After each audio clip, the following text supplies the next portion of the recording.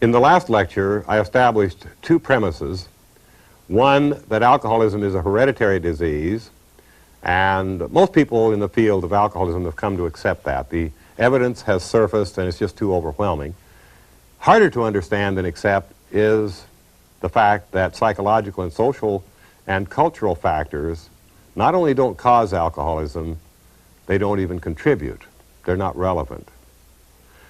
So in this lecture, we're going to look at the physical mechanisms that do explain the onset of alcoholism. But first, we have to clear up some confusion, and we'll do that by looking at some things we can all agree on, I guess. That psychological, social, and cultural factors do have a lot to do with when people drink, what they drink, if they drink, how much they drink, and so forth. No question about that. Some of the social and cultural variables encourage drinking. I call them instigations to drink. It's heavily advertised. It's promoted. We expect to drink cocktails at cocktail parties and beer on picnics and champagne at weddings and so on. But also there are sanctions, which I call deterrents here, things that slow us down a little bit. We have minimum drinking ages. We don't expect people to show up for choir practice with a bottle of whiskey. All kinds of things that shape drinking behavior. However, research shows that that's what alcoholics share with everybody else. That's what they have in common. That's, in fact, what's normal about alcoholics. Alcohol is legal, it's encouraged, and why shouldn't they drink? There's never been a question or a problem understanding why alcoholics drink, really. Since these factors are sufficient to explain why non-alcoholics drink all their lives, I submit they're sufficient to explain why alcoholics drink all their lives. But that doesn't make any sense until we clear up something else. What is it about alcohol that makes anybody want to drink the stuff in the first place? Now, we've all been taught that alcohol is a sedative drug, that people drink to anesthetize themselves, to put their brains partly to sleep. And then you say, well, how come they look so animated when they drink? Cocktail parties, everybody's talking and bubbly and so on. And the standard answer has been, well, alcohol anesthetizes the inhibitory centers in the brain, thereby releasing the excitatory centers to do their thing. Well, this is ridiculous, too. Inhibitory and excitatory processes are not discrete centers in the brain. They're interwoven throughout the brain, like the warp and woof of a rug. And the whole brain gets its share of alcohol all at once, and it's simply impossible for inhibitory centers to be anesthetized and the excitatory centers to be active. No, there's a better explanation of that. The fact is, alcohol is a primary stimulant. It's a euphoriant, a turn-on. It makes those billions of cells that comprise the human brain more easily stimulated and to a higher level of response. And right when the brain is more active, alcohol supplies the energy to fuel the system. It converts to calories at a rate higher than other carbohydrates, 7 kilocalories per gram compared to 4.5 or 5 for the other carbohydrates. And it doesn't even have to be digested. Circulates throughout the body immediately, and yes, brain tissue can metabolize alcohol. We know there's alcohol dehydrogenase activity in the brain, indicating that the brain is using alcohol as a fuel. And so now we know why people drink. They're not drinking to put themselves to sleep. Alcohol is not equivalent to barbiturates and tranquilizers. To remember this point, you might imagine a cocktail party, and you've invited people who come expecting to drink, and when they arrive, you hand out some sleeping pills. Say, okay, fellas, let's all have some of these and let the good times roll. And you'd find out real fast that's not what people came for. They came for the stimulation and energy. Now, it isn't one versus the other. In large enough amounts, alcohol does become a sedative drug, and we'll see a comparison here that may clarify that. Ether, in small doses, also is a stimulant or euphoriant. But as you increase the dose, it very, very quickly goes over to being a sedative drug, and it's such a good sedative drug that it's widely used as an anesthetic. You put people to sleep long before you kill them. You have a wide dosage range of safety. Alcohol has the same sequence, but a different ratio. Throughout the range that people ordinarily consume, including alcoholics at the start of their alcoholism, alcohol is a primary stimulant, and then in large amounts it converts and becomes a sedative drug. Incidentally, it's interesting, this corresponds to the fact that in the normal dosage range, alcohol tends to liquefy or thin out the protoplasm of the cells, and then in the very large doses, it tends to coagulate the material of the cells. So it isn't one versus the other, it's one and then the other. Now, alcohol is such a poor sedative drug that by the time you have consumed enough alcohol to put yourself to sleep, you've almost killed yourself. And many alcoholics do expire, the later stage alcoholics expire of overdose. The respiratory centers stop, or the cardiac regulating centers simply stop functioning, and the patient dies. So how ironic that it gets a reputation for being predominantly, if not exclusively, a sedative drug when it's really such a poor one. No, to summarize, it's a primary stimulant, and in large enough amounts it becomes a sedative drug. Now, to go back to our other story here, but there's still more. Not everybody can enjoy the stimulating and energizing effects of alcohol because other effects override. For millions of people, when they drink, they have an aversive reaction, even with maybe one drink of alcohol. They get flushing and crawly skin and nausea, pounding in their ears sometimes, headache, extremely negative feelings from even small amounts of alcohol. So they either learn very quickly not to drink at all or to drink very sparingly.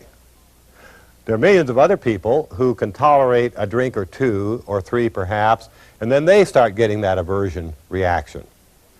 Still, other millions of people don't have that strong aversive reaction when they drink, but I think of them as getting satiated very quickly. They're sort of like apple eaters. You ask somebody, do you like apples? And they say yes. So you offer them a nice big delicious apple, and at any given moment they may decide they really don't feel like eating an apple. If they do and they say thanks, they eat the apple, well, probably you aren't going to get them to eat a second apple. And if they eat two, don't push three, because people reach a point in apple eating fairly quickly when they don't want any more. Something's changed now, so each apple reduces the appeal of the next apple, and people simply stop eating apples. Okay, let's summarize so far. I have never understood why we would credit people in these two categories with superior cultural traditions or family restraints or with being more mature to explain why they don't overdrink, any more than I would appeal to those qualities to explain why people don't overeat apples, why they stop at a reasonable number. But that's what's implied when we put the onus and stigma on the alcoholic's character and personality and family to explain why he does overdrink. No, these people have a built-in shutoff, something that biologically tells them when they've had enough, and they can learn it very quickly. Now, there's another large group of drinkers, millions of drinkers, who don't have anything to tell them when they've had enough. There's no turn-off signal, so to speak. They like the first drink, they like the second drink, the third drink, and so forth. So they have to learn by experience how much is too much, how much creates a hangover, how do you get them, how do you avoid them, how much can I drink and still drive safely, etc. And millions of young people, as they take up drinking, go through all that trial and error to learn their tolerance and to stay safely within it. Now, some of those people get into problems, and we call them problem drinkers. We're not talking about alcoholism yet. There's nothing to tell them when they've had enough, but there's nothing pushing them to keep drinking either. so they can calibrate their tolerance and learn to drink if they will.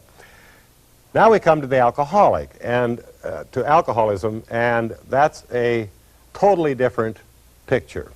Now we know some things about alcoholism that fully explain the alcoholic's drinking.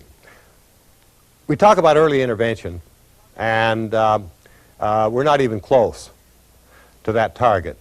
On the one hand, if you describe alcoholism or define it as a symptom of psychological and social problems, you're over here and you come up empty-handed because alcoholics are not different from other people on any of these variables. Then you say, well, no, maybe it really is a disease, and so you try to find pathology. What's wrong with their bodies or their brains or whatever? And again, you come up empty-handed because in the earliest onset of alcoholism, the body adapts to alcohol, primarily in the liver, but the whole body participates, and the alcoholic can handle alcohol better than other people. He's superior in his ability to handle alcohol. Now, I'll illustrate that with this little curve to show that he starts drinking for all the reasons other people do. He enjoys the stimulation and the energy, and he drinks. And then, unbeknownst to him, his tolerance for alcohol rises. Now, it's not unusual for an alcoholic in the very early stages to be able to drink a fifth of whiskey in an evening, for example, to drink his friends under the table, and to be less impaired by the drinking than they are. They've had 4 or 5 drinks, they're starting to get drunk. He's just getting warmed up on 4 or 5 drinks. He's probably going to drive the car home because he's still functional long after they've either passed out or gotten too sick to be safe on the highways.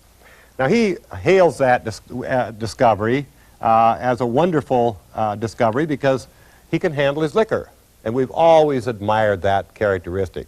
Look at your old westerns or read novels and so on. The hero who can really handle it, who can drink everybody under the table and later win the shootout, steady as a rock, hasn't really affected him very much. We've always thought that was something to admire. When you talk early intervention, you're talking about adaptation and the ability to handle alcohol. So again, you won't find disease or pathology. You find what seems like the opposite of disease. There's more than that, because while that's happening, the alcoholic is also becoming addicted to alcohol, and this is not a psychological compulsion or a learned habit or a symptom of some psychological mechanism. It's a true alteration in the chemistry of brain nerve transmission. It's an alteration of the physical properties of the brain.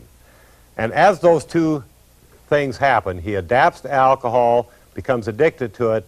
He has no way to know those are happening because, as I say, when his tolerance is on the increase and he's enjoying his alcohol, there is no pathology evident. And in fact, alcoholics will sometimes deny their alcoholism on the grounds that they've never missed a day's work. They may be getting raises because they're outstanding performers on their job. They always pay their bills, and they're typically admired during that early period of their drinking. Good time to point out that the majority of Nobel Prize winners in literature have been alcoholics. People who have distinguished themselves in all lines of work, alcoholics, early alcoholics. Something extraordinary happens when the alcoholic drinks that is not shared by non-alcoholics at all. And we'll come to some more of those differences a little later, but to point out that we get a clue from the fact that alcoholics typically remember their first encounter with alcohol. Something very special did happen.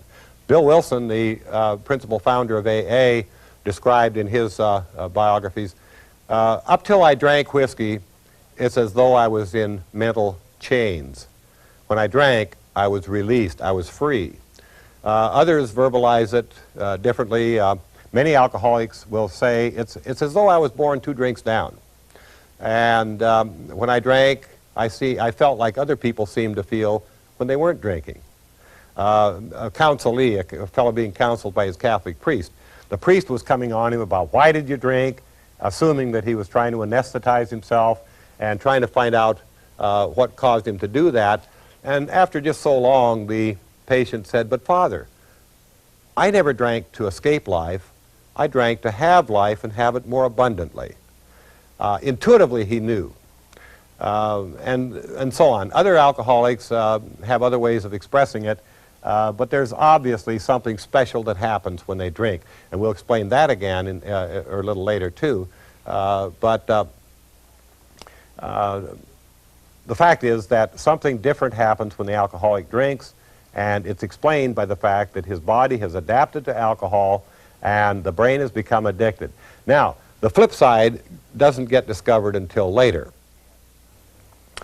He not only can handle more alcohol, he comes to require alcohol as a normalizing agent. And when he's not drinking, he is impaired, his sense of well-being is impaired, and now he may not know that because the familiar comes to seem normal, and this is as good as it gets when I'm not drinking, and so I'm normal. But when you put alcoholics to the test, psychological tests that are sensitive to brain dysfunction, you find out the alcoholic is impaired when he's not drinking, and that alcohol has become a normalizing agent. Notice that the alcoholic does what everybody else does. He learns to drink to his tolerance. The difference is, as I said, his tolerance increases. But now there's another surprise, because his need for alcohol continues to increase while his tolerance for alcohol starts to drop away, to deteriorate. As soon as the heavy drinking gets going, he's starting to load up his body with toxins, and the heavy drinking starts interfering with normal life processes. This is where you see the problems developing. Family problems, alcohol has sort of taken over his life, and now he's making his alibis, he's having problems at work, and maybe some DWIs start to happen and so on. Reason for that is, as I say, his motivation to drink, his need for alcohol increases, his tolerance drops away, and he doesn't know that. One of the things that happens in the progression of this, at this stage of disease, is that the ability to know how alcohol is affecting him is one of the things that's gone. He can't see that he's into this stage. He may say, "I don't know what you're complaining about, I'm not drinking as much as I used to." And that may even be true. But he may still be over-drinking his tolerance and getting drunk and getting into trouble and then having to try to explain that to himself and other people. Most people think that's the onset of alcoholism, whereas in fact the onset was much earlier in this first rise in tolerance. So now we see why the alcoholic drinks so much. Not before alcoholism, that is alcoholism. So let's look at the underlying physical mechanisms that explain the higher tolerance and the onset of alcoholism. Now, first of all, when anybody drinks, alcohol is metabolized through several stages. The first breakdown product is acetaldehyde, an extremely volatile poison. That's the stuff that builds up in the body and causes patients to get sick if they've been taking antabuse. Antabuse doesn't make them sick. It blocks the breakdown of acetaldehyde. It builds up, and they're overwhelmed with it. It can even be fatal. But normally, the body will quickly convert the acetaldehyde to acetic acid, a kind of vinegary material, but an excellent fuel. And the acetic acid is then broken down to carbon dioxide and water for elimination from the body. Right at that last stage of metabolism, the alcoholic produces something called THIQ in the brain. It's an extremely addictive chemical, and some people have thought that this is the basic cause of alcoholism. But many other brain chemistries are also known to be involved in the addiction, and it would be misleading or premature to single out THIQ or any other for special emphasis. When the alcoholic metabolizes alcohol, he has an ancillary system. The mitochondria in the liver do most of the metabolism of alcohol, but for the alcoholic there is an additional system, the microsomal ethanol oxidizing system, or the MEOS system. And researchers have reported at least one and perhaps more pathways that get involved. In other words, the body provides the mechanisms to process ever larger amounts of alcohol. And that, of course, explains the rising tolerance and the heavier drinking of the alcoholic. Because, as I said before, the body not only can handle more alcohol, it comes to require alcohol as a normalizing agent. Well, with the rise in tolerance and the heavier drinking, drinking more and drinking more often, there's a buildup of toxins in the body. The metabolites of alcohol and the interference of alcohol with normal life processes. The cells of the body are not getting normal nutrition, they're getting alcohol and its metabolites, and they build up, and so at the cellular level you have a progressive toxic state. Now notice that the toxicity will flare up. The poisoning in the system will flare up after a bender. And now we're well into alcoholism, where there are withdrawal symptoms, and I'm going to come back to those too. And it only takes about 3 days to build up a heavy load of poison in the system. We know from biopsy studies that the liver will be swollen to from 1.5 to 3 times normal volume after, say, a couple of weeks of alcoholic drinking. And it takes about 4 weeks for it to get completely rid of those poisons. So very few alcoholics wait 4 weeks before they put in another load. So you're going to have a chronic level of poisoning in the system and then acute flare-ups after drinking bouts. But he never gets down to 0 before he puts in some more. So a chronic base with flare-ups that we call acute withdrawal reactions. All of that activity, as I say, the liver is swollen, controlling the poisons till it has time to convert them to waste materials and get rid of them. And so it doesn't have the capacity to handle its other important job, namely processing nutritional materials. So all alcoholics are going to experience nutritional imbalances and deficiencies because of the heavy drinking, but also alcoholics, as we know, are notoriously careless about what they eat, when they eat, if they eat. They're substituting up to 2/3 of their total energy requirement using alcohol instead of other foods. The liver can actually get 3/4 of its energy from alcohol, and in the process depletes the nutritional base, because alcohol contains only negligible amounts of the other vital nutrients, vitamins and minerals. So all alcoholics, regardless of what they're eating, are going to suffer these nutritional problems. Hypoglycemia has been talked about a lot. We used to test all our patients for sugar tolerance, and we found that by the standard test, the 5-hour glucose tolerance test, that about 96% of our patients had that problem. Earlier researchers pounced on that as the cause of alcoholism because it's so prevalent. But we noted that there were about 4% of alcoholics who don't appear to have that problem. And then there are many, many people who are hypoglycemic who are not alcoholic. And so besides, we now have a much better explanation in the adaptation and addiction mechanisms, but the hypoglycemia could be a contributing factor in the progression of alcoholism.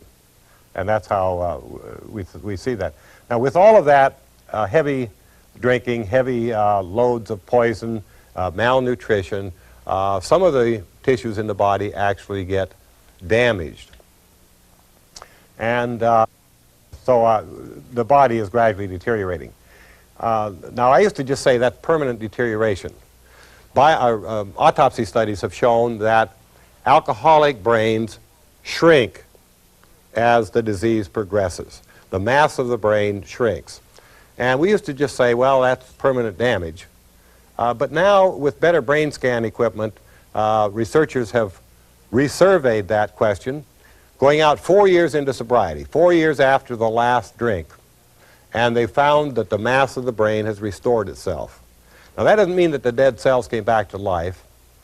What it probably indicates is that the surviving cells have sent out more branches or collaterals to fill in for the missing cells. Now, Now notice two things about these factors. Number one, all of them have alcohol as the specific agent. It's the agent that satisfies the body's need for alcohol as a normalizing agent. It's the specific agent of the addiction, and it relieves the distress caused by the previous drinking. And all of these are progressive. They get stronger and stronger and stronger. And that means that the motivation to drink is going to get stronger as well. Now let's summarize, go back to our original question. Why do alcoholics drink? And we can see that there are two answers to that. They drink for all of these reasons that they share with other people. Lots of advertising, instigations to drink, it's legal, it's encouraged, and so alcoholics drink. And they're among the people who can enjoy these primary effects of alcohol. The turn-on, for them alcohol is a mind-expanding, life-enhancing chemical initially, and so they drink. Let's just represent this as the alcoholic, and this is why he drinks, and this is why he drinks. But neither one of those explain why his motivation to drink progresses or gets progressively stronger, but now we have a complete explanation for that. All of these factors, as I said, increase the motivation to drink beverage alcohol. So we really don't have any mysteries in alcoholism. In the onset of alcoholism, it's just that we have to quit looking for alcoholism over here and start looking at the alcoholism itself. And then we see that we have a complete explanation. Now let's see how these factors are expressed in the psychological world of the alcoholic. When people talk about the deep underlying psychological problems, they're really trivializing the problems of the alcoholic. The psychological problems are not deep and underlying, they're right on top. They're the effluvia or outpouring of a sick brain. And that's a far more ominous situation, progressive and finally fatal. To do that, we'll look at what happens to the brain of the alcoholic when he stops drinking. And I'll use this little model to illustrate the point that when alcoholics stop drinking, there's a sharp drop in blood sugar. It can even be fatal. And as the alcohol burns off, the circulating toxins become dominant, and they are vasoconstrictors. They cause those millions of blood vessels serving the billions of cells in the brain to constrict. This means a sharp reduction in blood flow and a reduction of oxygen. And the cells are being starved out. Shortage of blood sugar, shortage of oxygen, and autopsy studies show that the death of cells in alcoholic deterioration is the same kind of deterioration that you see in asphyxiation or anoxia. In other words, oxygen deprivation. You'll read that alcohol kills brain cells, and this does not seem to be literally true. It's the withdrawal of alcohol that creates the disaster. And the brain responds to that crisis by becoming hyperactive, becoming irritable, and if you put electrodes on the head and do an EEG reading, you'll see a lot of frantic random activity. It's sort of like snow on a television set or static on a radio. When the activity level gets high enough in this region of the brain, the motor cortex, there'll be a movement of some muscle group. You'll see tremors, shakes, incoordination, that kind of disturbance in muscle function. If the activity gets high enough, there'll be muscle spasms or outright convulsions. When the activity is in this area, the visual cortex, there'll be perceptual distortions. And if it becomes severe enough, hallucinations. Nothing out there, but the patient sees it anyways. In the middle part of the brain, the hypothalamus region, down in the center of the brain, the hyperactivity, the irritability of tissue, produces all sorts of emotional excesses. The anger, fear, depression, guilt feelings are intensified, and in the extreme case, you get the kaleidoscopic emotional expressions of the DTs. In lesser levels, you'll find distortions and exaggerations of of the normal emotions as they're aroused. Now, in that catastrophic state, I don't have to tell any alcoholic that that's what it feels like. It feels like a disaster. And alcoholics very quickly learn that there is a remedy for this condition, namely alcohol. And it's like magic.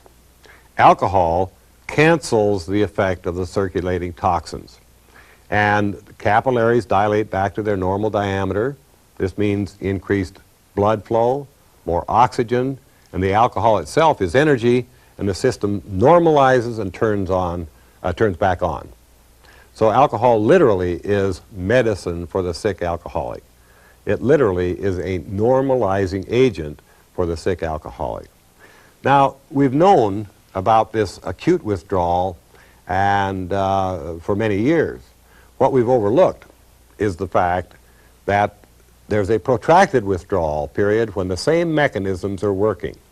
You have the same mechanisms in a reduced level. So let's see how all this affects the drinking and the performance of alcoholics compared to non-alcoholics. I'll use this chart to illustrate, and this blue line indicates blood alcohol level. This axis to show both blood alcohol level and performance, and this one to show time. And starting at 0, anyone drinks enough alcohol fast enough, their blood alcohol will rise, in this illustration, to say 0.17 blood alcohol. The red line shows the effect of this kind of drinking on the performance of non-alcoholics, and this starting point represents their combined scores on a variety of ability tests: eye-hand coordination, reflex time, memory, steadiness, numerical ability, and so forth. With a small amount of alcohol, say a half ounce to an ounce of whiskey, their performance will actually improve. But as blood alcohol continues to rise, their performance quickly deteriorates, and it's really silly to say anyone would be an alcoholic if they drank that much. They can't. For many, this much blood alcohol would be lethal.